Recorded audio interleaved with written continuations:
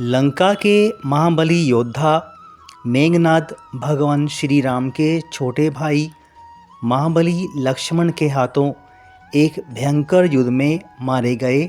उसके बाद उनकी पत्नी सुलोचना रामादल से अपने पति का कटा हुआ शीश लाकर सती हो गई थी।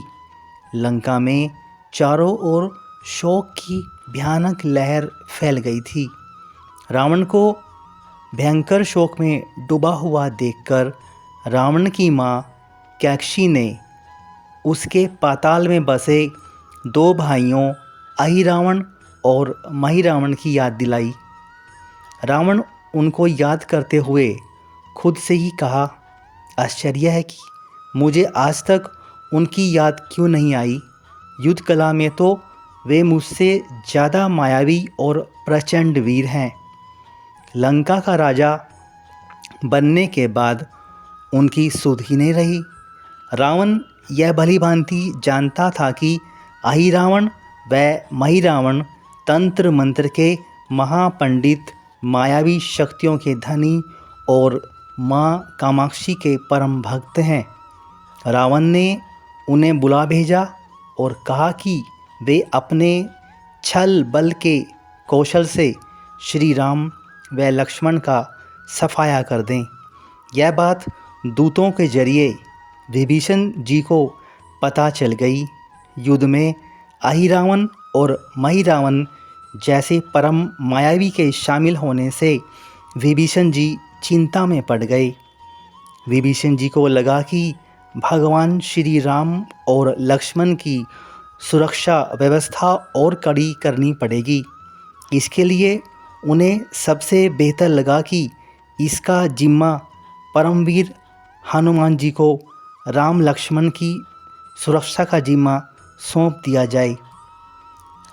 राम लक्ष्मण की कुटिया लंका के सुवेल पर्वत पर बनी थी। हनुमान जी ने भगवान श्री राम की कुटिया के चारों ओर एक सुरक्षा घेरा खींच दिया। कोई जादू टोना, तंत्र मंत्र का असर या मायावी राक्षस इस घेरे के भीतर नहीं घुस सकता था। अहिरावण और महिरावण श्री राम व लक्ष्मण को मारने उनकी कुटिया तक पहुँचे, परंतु सुरक्षा घेरे के आगे उनकी एक ना चली। ऐसे में उन्होंने एक चाल चली। महिरावण विभीषण का रूप धारण करके कुटिया में घुस गया। श्री राम व लक्ष्मण पत्थर की सपाट शिलाओं पर गहरी नींद सो रहे थे। दोनों राक्षसों ने बिना आहट के शिला समेत दोनों भाइयों को उठा लिया और अपने निवास स्थान पाताल की ओर चले गए। विभीषण लगातार सतर्क थे। उन्हें कुछ ही देर में पता चल गया कि कोई अनहोनी घट चुकी है। विभीषण ने हनुमान जी को महिरावण के बारे में बताते हुए कहा कि वे उसका पीछा करें।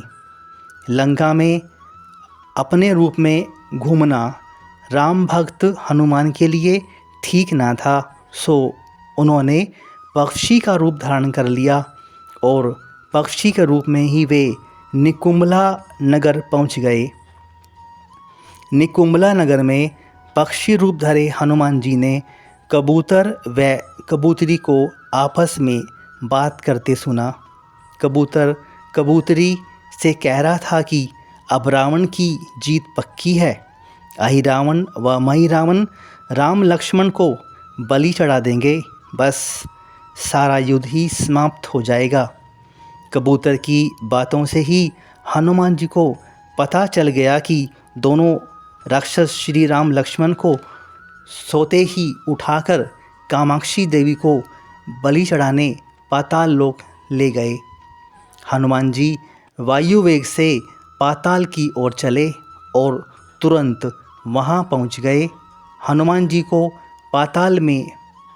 पाताल के प्रवेश द्वार पर एक अद्भुत पहरेदार मिला। इसका आधा शरीर वानर का और आधा शरीर मछली का था। उसने हनुमान जी को पाताल में प्रवेश करने से रोक दिया।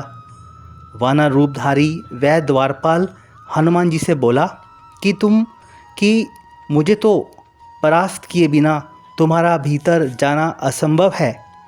दोनों में भयंकर युद्ध छिड़ गया, किंतु हनुमान जी की आशा के विपरीत यह बड़ा ही बलशाली योद्धा निकला। परंतु वह हनुमान जी के आगे न टिक सका। फिर हनुमान जी ने उसे हरा दिया, लेकिन उसकी प्रशंसा के बिना नहीं रह सके। हनुमान जी ने उस वीर से पूछा कि हे वीर, अपना परिचय दो। तुम्हारा स्वरूप ही कुछ ऐसा है कि उससे कौतूहल हो रहा है। उस वीर ने उत्तर दिया, मैं हनुमान पुत्र मकर ध्वज हूँ। मेरा जन्म एक मछली से हुआ है। यह सुनकर हनुमान जी के आश्चर्य की सीमा न रही। मकर ध्वज ने कहा, लंका दहन के बाद हनुमान जी समुद्र में अपनी पूंछ में लगी आग शांत करने पहुँचे। उनके शरीर से पसीने की जो बूंदें गिरी वो मेरी माँ के मुंह में गिरी, जिन्होंने आहार करने के लिए मुंह खोला हुआ था। उसी बलशाली तेज स्वरूप पसीने की बूंदों से मेरी माँ गर्भवती हो गई और उसी से मेरा जन्म हुआ। यह वृत्तांत सुनकर हनुमान जी ने मकर ध्वज से कहा कि हे वीर, मैं ही हनुमान हूँ। यह सुनकर मकर ध्वज का मुंह खुशी से चमक उठा और उसने हनुमान जी के चरण स्पर्श किए। हनुमान जी ने भी उसे अपने गले से लगा लिया और उसे अपने आने का पूरा कारण बतलाया। उन्होंने अपने पुत्र को अपने पिता के स्वामी की रक्षा में सहायता करने के लिए कहा। मकर ध्वज ने हनुमान जी को बतलाया कि कुछ ही देर में राक्षस बलि के लिए आने वाले हैं। बेहतर होगा आप रूप बदलकर माँ कामाक्षी के मंदिर में बैठ जाएं। उनको सारी पूजा झरोके से करने को कहें। हनुमान जी मधुमक्खी का वेश धारण करके माँ कामाक्षी के मंदिर में घुस गए। हनुमान जी ने माँ कामाक्षी को नमस्कार किया और सफलता की कामना करते हुए पूछा कि क्या आप वास्तव में श्री राम लक्ष्मण की बलि चाहती हैं? माँ कामाक्षी ने उत्तर दिया कि नहीं, मैं तो दुष्ट अहि रावण व मही रावण की बलि चाहती हूँ। आप अपने प्रयत्न करो, सफल रहोगे। मंदिर में 5 दीप अलग अलग दिशाओं और स्थान पर जल रहे थे। माँ कामाक्षी ने कहा, अहि रावण और मही रावण ने मेरी प्रसन्नता के लिए ये दीप जलाए हैं। जिस दिन ये एक साथ बुझा दिए जाएंगे, उनका अंत हो जाएगा। इसी बीच गाजे बाजे का शोर सुनाई दिया। दोनों राक्षस बलि चढ़ाने के लिए आ रहे थे। हनुमान जी ने माँ कामाक्षी का रूप धारण किया। जब दोनों राक्षस मंदिर में प्रवेश करने ही वाले थे, तभी कामाक्षी का रूप धरे महिला आवाज़ में हनुमान जी का स्वर गूंजा। वे बोले, मैं कामाक्षी देवी हूँ और आज मेरी पूजा झरोके से करो। झरोके से पूजा आरंभ हुई और ढेर सारा चढ़ावा चढ़ने लगा। अंत में बंधक बलि के रूप में राम लक्ष्मण को भी उसी चढ़ावे में डाला गया। दोनों बंधन में बेहोश थे। हनुमान जी ने तुरंत ही उन्हें बंधन मुक्त कर दिया। अब पाताल लोक से निकलने की बारी थी, पर उससे पहले माँ कामाक्षी के सामने अहि रावण व मही रावण की बलि देकर उनकी इच्छा पूरी करना और दोनों राक्षसों को उनके किए की सजा देना बाकी था। इसी बीच हनुमान जी ने मकर ध्वज से कहा कि वह बेहोश अवस्था में लेटे हुए श्री राम व लक्ष्मण का खास ख्याल रखे और उसके साथ मिलकर दोनों राक्षसों के खिलाफ युद्ध छेड़ दिया। पर यह युद्ध बड़ा विस्मयकारी था। दोनों राक्षस बड़ी मुश्किल से मरते तो फिर 5-5 के रूप में जिंदा हो जाते थे।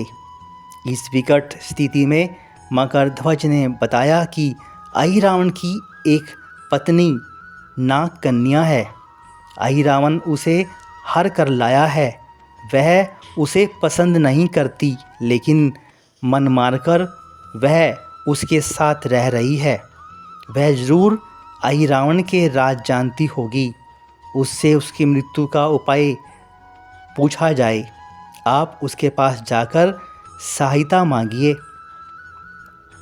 मकरध्वज ने राक्षसों को युद्ध में उलझाए रखा। हनुमान जी अहिरावण की पत्नी के पास पहुँचे। हनुमान जी ने उससे कहा कि यदि वह अहिरावण की मृत्यु का राज बता दे तो हम उसे मारकर तुम्हें उसके चंगुल से मुक्त कर सकते हैं। अहिरावण की पत्नी ने कहा, मेरा नाम चित्रसेना है। मैं भगवान विष्णु की परम भक्त हूँ। मेरे सुंदर रूप पर अहिरावण मर मिटा और मेरा अपहरण करके मुझे यहाँ कैद कर रखा है, परंतु मैं उसे नहीं चाहती। लेकिन मैं अहिरावण का भेद तभी बतलाऊंगी जब मेरी इच्छा पूरी की जाएगी। हनुमान जी ने चित्रसेना से पूछा कि आप अहिरावण की मृत्यु का रहस्य बताने के बदले में क्या चाहती हैं? आप मुझे अपनी शर्त बतलाइए, मैं उसे अवश्य मानूंगा। चित्रसेना ने कहा, दुर्भाग्य से अहिरावण जैसा असुर मुझे हर लाया है, इससे मेरा जीवन खराब हो गया है। मैं अपने दुर्भाग्य को सौभाग्य में बदलना चाहती हूँ। आप अगर मेरा विवाह श्री राम से कराने का वचन दे दें तो मैं अहिरावण के वध का रहस्य बतला सकती हूँ। हनुमान जी सोच में पड़ गए। भगवान श्री राम तो एक पत्नी व्रता हैं। अपनी धर्मपत्नी देवी सीता को मुक्त कराने के लिए असुरों से युद्ध कर रहे हैं। वह किसी और स्त्री से विवाह की बात तो कभी स्वीकार नहीं करेंगे। मैं कैसे वचन दे सकता हूँ? फिर सोचने लगे कि यदि समय पर उचित निर्णय न लिया गया तो स्वामी के प्राण ही संकट में पड़ जाएंगे। असमंजस की स्थिति में बेचैन हनुमान जी ने ऐसी राह निकाली कि सांप भी मर जाए और लाठी भी ना टूटे। हनुमान जी बोले, हमें तुम्हारी शर्त स्वीकार है, परंतु हमारी भी एक शर्त है। यह विवाह तभी होगा जब तुम्हारे साथ भगवान राम जिस पलंग पर आसीन होंगे वह सही सलामत रहना चाहिए। यदि वह टूटा तो इसे अपशकुन मानकर वचन से पीछे हट जाऊंगा। जब महाकाय अहिरावण के बैठने से पलंग नहीं टूटता तो भला श्री राम के बैठने से कैसे टूटेगा? यह सोचकर चित्रसेना तैयार हो गई। उसने अहिरावण समेत सारे राक्षसों के अंत का सारा भेद बतला दिया। चित्रसेना ने कहा, दोनों राक्षसों के बचपन की बात है। इन दोनों राक्षसों के कुछ शरारती राक्षस मित्रों ने कहीं से एक भ्रामरी को पकड़ लिया था। मनोरंजन के लिए वे उसी भ्रामरी को बार बार कांटों में छोड़ रहे थे। वह भ्रामरी साधारण भ्रामरी न थी, वह बहुत मायावी थी, किंतु किसी कारणवश पकड़ में आ गई थी। भ्रामरी की पीड़ा सुनकर अहिरावण व महिरावण को दया आ गई और अपने मित्रों से लड़कर उस भ्रामरी को छुड़ा लिया। मायावी भ्रामरी की पीड़ा सुनकर उसका पति भी वहाँ आ गया। अपनी पत्नी की मुक्ति से प्रसन्न होकर उस भौरे ने वचन दिया कि तुम्हारे उपकार का बदला हम सभी भ्रमर जाति मिलकर चुकाएंगे। ये भंवरे अधिकतर उसके शयन कक्ष के पास रहते हैं। ये सभी बड़ी भारी संख्या में हैं। दोनों राक्षसों को जब भी मारने का प्रयास हुआ और ये मरने को हो जाते हैं, तब यही भंवरे उनके मुख में एक बूंद अमृत की डाल देते हैं और उस अमृत के कारण ही ये दोनों राक्षस मरकर भी जिंदा हो जाते हैं।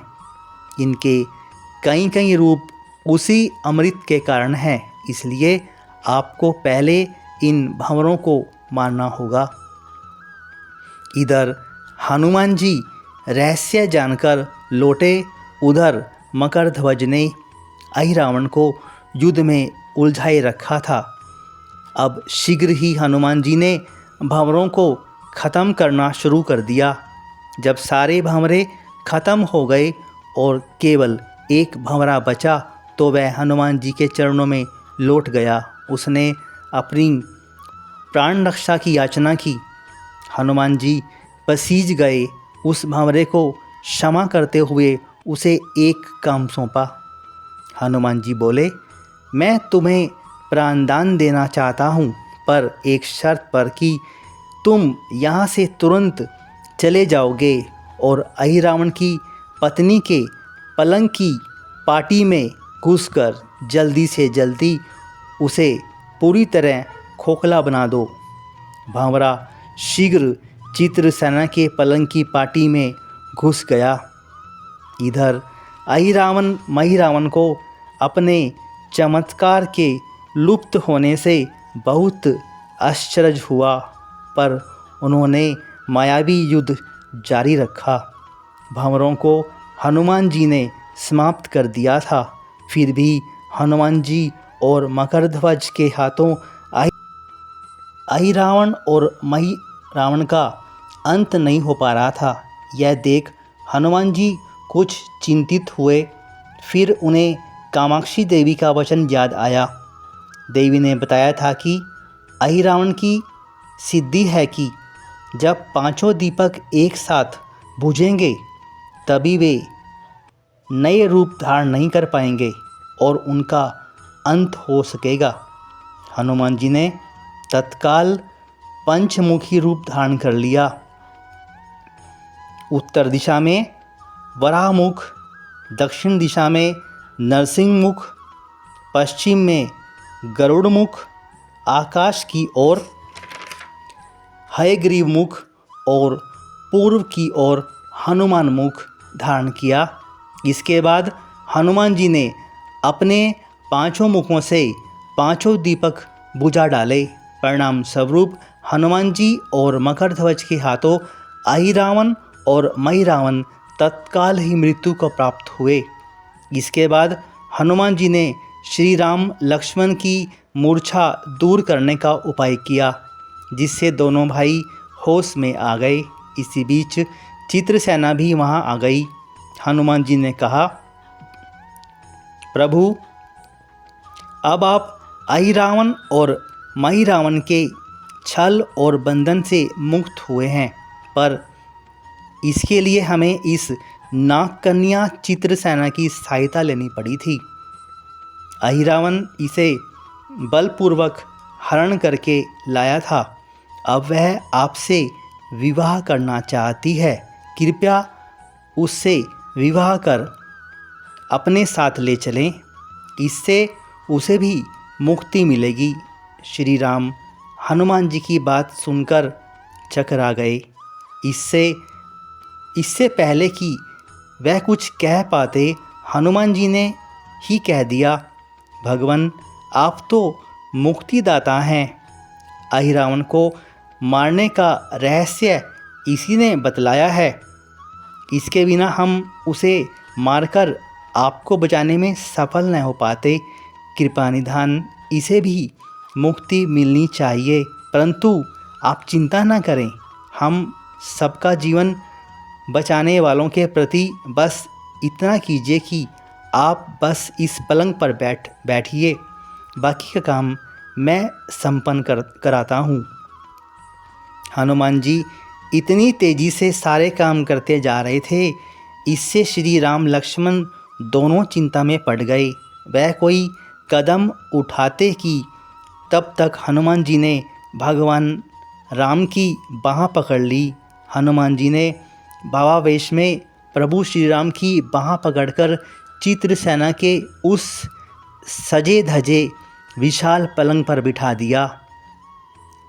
श्री राम कुछ समझ पाते तभी पलंग की खोखली पाटी चरमराकर टूट गई। पलंग धराशायी हो गया। चित्रसेना भी जमीन पर गिर गई। हनुमान जी हंस पड़े और चित्रसेना से बोले, अब तुम्हारी शर्त तो पूरी नहीं हुई, इसलिए यह विवाह नहीं हो सकता। अब तुम मुक्त हो। हम तुम्हें तुम्हारे लोक भेजने का प्रबंध करते हैं। चित्रसेना समझ गई कि उसके साथ छल हुआ है। चित्रसेना ने कहा, उसके साथ छल हुआ है? मर्यादा पुरुषोत्तम के सेवक उनके सामने किसी के साथ छल करें, यह तो बहुत अनुचित है, इसलिए मैं हनुमान को श्राप दूंगी। चित्रसेना हनुमान जी को श्राप देने ही जा रही थी कि श्री राम का सम्मोहन भंग हुआ। वह इस पूरे नाटक को समझ गए। उन्होंने चित्रसेना को समझाया, मैंने एक पत्नी व्रत धर्म में बंधे रहने का संकल्प लिया है, इसलिए हनुमान जी को यह करना पड़ा। उन्हें क्षमा कर दो। कुपित चित्रसेना तो उनसे विवाह की जिद पकड़े बैठी थी। श्री राम ने कहा, मैं जब द्वापर में श्री कृष्ण अवतार लूँगा तब तुम्हें सत्यभामा के रूप में अपनी पटरानी बनाऊंगा। इससे नागकन्या चित्रसेना मान गई। हनुमान जी ने चित्रसेना को उनके पिता के पास पहुंचा दिया।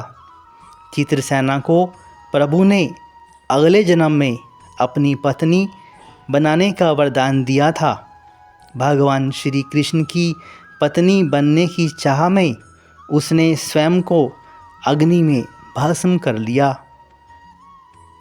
मकरध्वज को पातालपुरी का राजा बनाकर श्री राम और लक्ष्मण जी और हनुमान जी सहित लंका में सुवेल पर्वत पर लौट आए।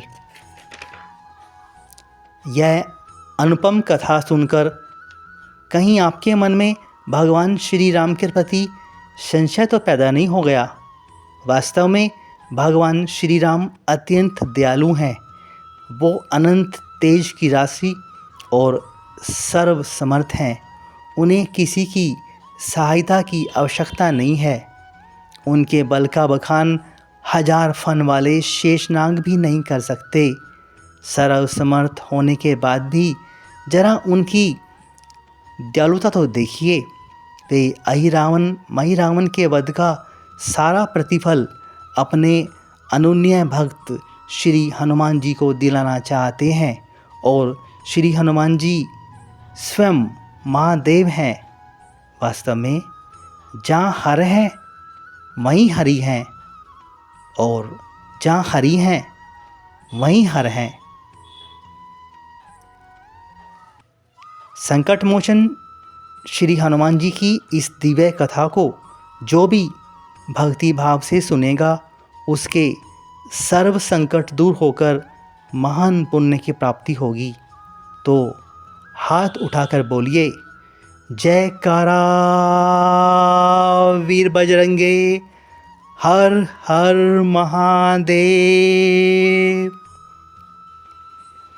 सनातन की यह दिव्य कथा यदि आपको अच्छी लगी हो तो आज ही हमारे चैनल दिव्य अमृतवाणी 24 को सब्सक्राइब करें, अधिक से अधिक शेयर करें और लाइक करें। जय श्री राम।